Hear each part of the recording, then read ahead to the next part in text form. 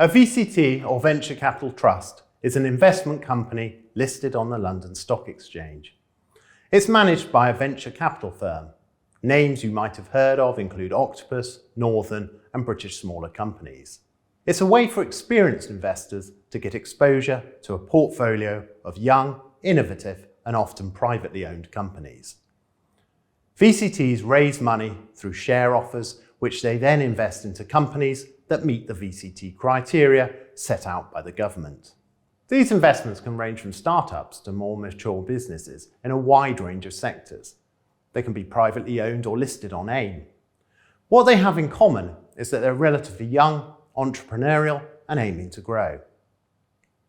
Some VCT-backed companies have gone on to be household names. For example, Zoopla, Graze and Gusto.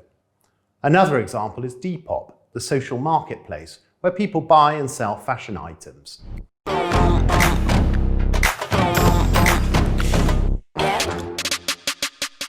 It was founded in 2011 and by 2021 it had grown to 24 million users across the world and $70 million in revenue. Octopus Titan first invested in the business in January 2018 and exited in June 2021 when an American e-commerce company, Etsy, acquired Depop for $1.625 billion. Of course, not all VCT investments succeed, and you can expect a proportion in the portfolio to fail. But when you hold shares in a VCT, you have exposure to all the businesses the VCT invests in. This offers a degree of diversification. That said, investing in early-stage businesses is risky. So in order to encourage private investors like you and me to invest, the government offers generous tax incentives. So what are the tax benefits? The first is income tax relief. When you invest in a VCT share offer, you can claim income tax relief of up to 30%.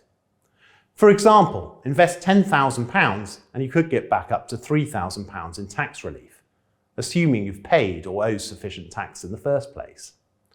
The maximum you can invest per tax year is £200,000, so you could save up to £60,000 in income tax.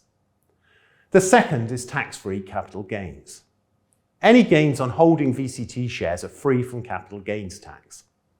However, VCTs typically seek to provide returns in the form of dividends. And that's the third benefit. VCT dividends are also tax-free. A VCT might pay, for example, a tax-free dividend of 5p per share. To get the same amount from an investment with a taxable dividend, an additional rate taxpayer would need a dividend of 8.24 pence. Please note though, dividends are variable and not guaranteed. Tax benefits depend on your circumstances and tax rules can change.